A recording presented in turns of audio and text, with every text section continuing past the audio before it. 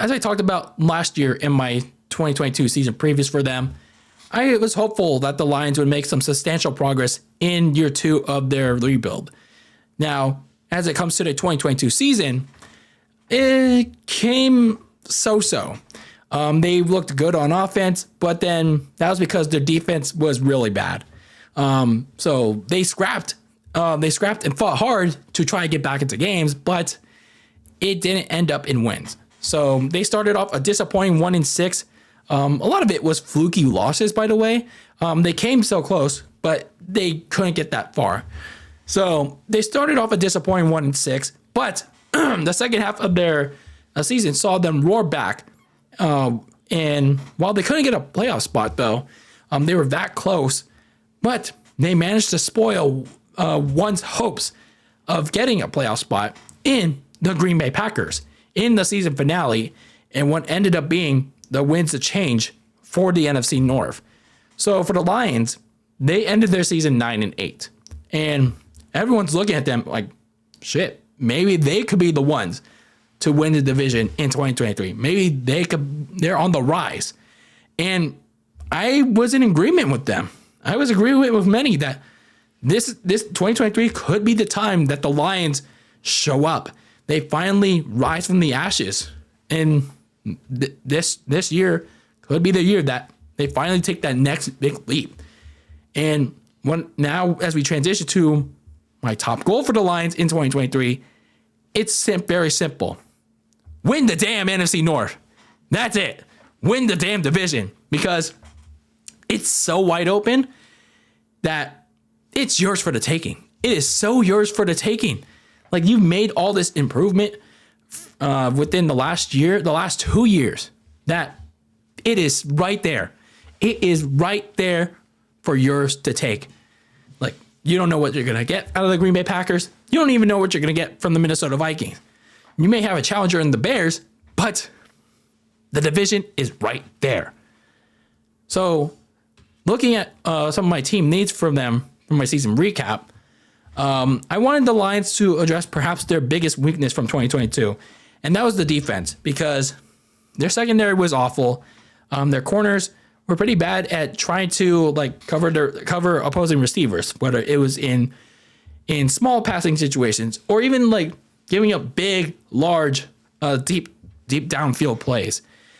And they had kind of struggled at getting to the quarterback. Aiden Hutchinson couldn't do it alone in his rookie year. And they also needed to find a starting tight end to replace TJ Hawkinson, because they traded him mid-season. Kind of a curious decision, but nonetheless, they needed another starting tight end because they didn't have a middle field option. They also, it was like a small thing, but I also wanted them to kind of consider finding like a project development quarterback behind Jared Goff, because, you know, at some point, like, you don't know if Jared Goff is going to keep up this consistency. You don't know if like this is going to be like for real, or if it's just like 1 year wonder kind of thing that Jared Goff had in 2022. I'm not saying Jared Goff was like, oh, godly in 2022. He did enough to get the Lions to where they were, to be 9-8. Even though they didn't make the postseason, he didn't make too many overly terrible mistakes, especially in that second half run. But at some point, you may want to consider like finding that quarterback to be that long-term option for Detroit. They did most of that. They did most of these things in the offseason. When you look at some of the re-signings, they re-signed linebacker Alex Anzalone, kicker Michael Badgley, who was pretty good for the Lions in kicking situations. Safety Will Harris, he was okay. When you look at the people that they lost in free agency, guard Evan Brown to Seattle. They also lost DJ Clark from the Carolina Panthers. Free safety to Sean Elliott. I thought that was a kind of a big loss in the secondary to the Miami Dolphins. Corner Mike Hughes to the Atlanta Falcons. Corner Oruji, I can't pronounce that, Oruwai to the New York Giants. I'm sorry. And perhaps their biggest loss in the offense. But I honestly don't think so at the same time, because he was basically a touchdown vulture for them.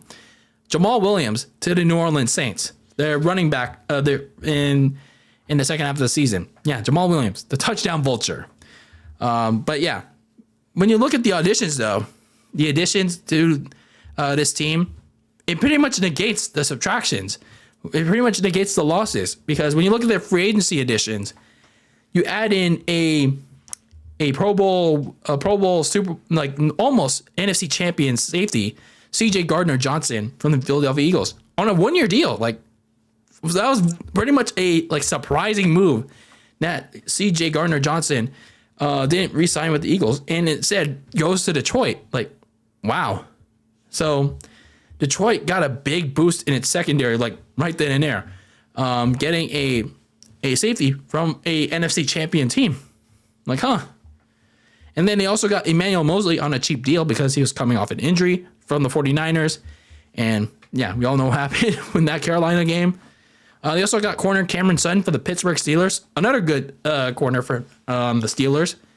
They also beefed up a little on their offensive line by adding Graham Glasgow from the Broncos. And they also got the Bears backup running back, David Montgomery, to replace Jamal Williams. So when you look already at their additions, it, again, negates the subtraction. So you already beefed up there. And then they finished up with their huge offseason with the draft. Everyone was shocked by this move with Jahmyr Gibbs from Alabama. But I think I need to talk about Jahmyr Gibbs or somebody else. But Jahmyr Gibbs, it can be a solid addition for them. He looks like a really good running back, and they pretty much made DeAndre Swift expendable. They traded him to the Eagles, and I was a little surprised by that move. But at the same time, they did draft the running back, so it is what it is.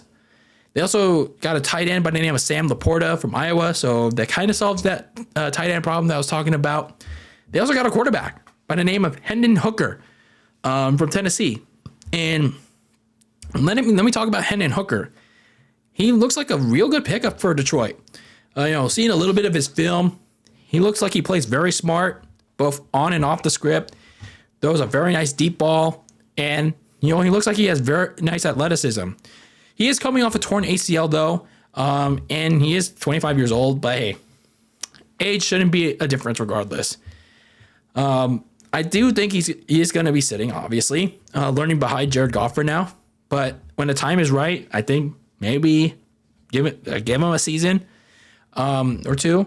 And when developed, I think he can be a big X factor for the Lions long term. So yeah, I think that is their pet project quarterback. Maybe, I don't know.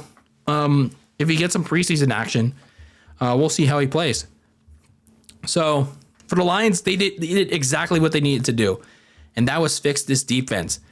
A good reason why they had to come back from these games like a lot. They made these games like so high scoring, so close, like even though they lost, was because they gave up so many points.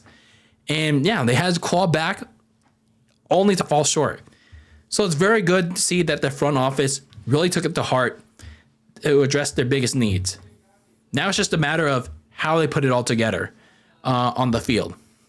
So looking at some of their key potential games of 2023, obviously a lot of it's within the division, but we'll get to that in a bit.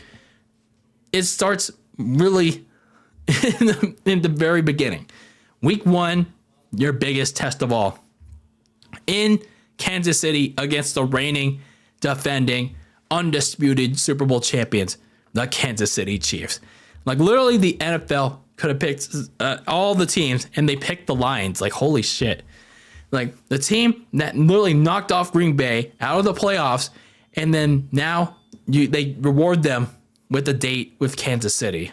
Like, wow. I don't know if I call that murder, like death row murder, or maybe it could lead to an upset. I don't know. But either way, the Lions are really going to have to prove themselves on prime time. Then you come home to face the Seattle Seahawks in week 2, and then you really get to work in week 4 on the road against the Green Bay Packers and Jordan Love. Then things get really interesting depending where you are in the back half of the season. You go play the Chicago Bears in like a 3-week span in weeks 11 and 14. And then at the very end of the season, again, depending where you are, weeks 16 and 18 on a 2-week span, playing the Minnesota Vikings. trading road and home dates. So, yeah, it'll. I think those games could decide what the fate of the NFC North. And to be honest with you, I do think the Lions have a very good chance to win this division.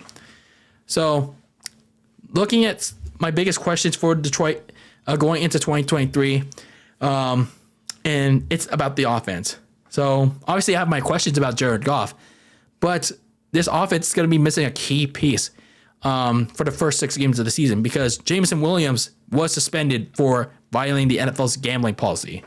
So, are they going to be able to withstand that suspension for 6 games?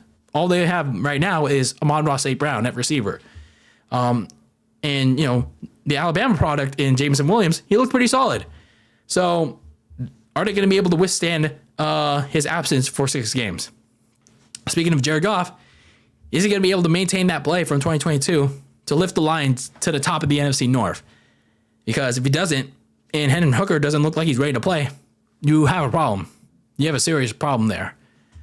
So the Lions did very good in the offseason. They got all these good signings on defense, and they added a couple of key pieces on offense. Now it's time to go out there and show your work. Show that you're ready to take the NFC North by storm. And I do think that if Jared Goff plays well, they will do such. And honestly, regardless of how Jared Goff plays, I do think the Lions will come out on top in the NFC North. They will be the ones. I'm not saying they will go far in the playoffs, but they will win the damn division. So I have them winning this NFC North at 11-6. Let's go that bold. Yeah. The Lions will win the NFC North for the first time in a long time at 11-6.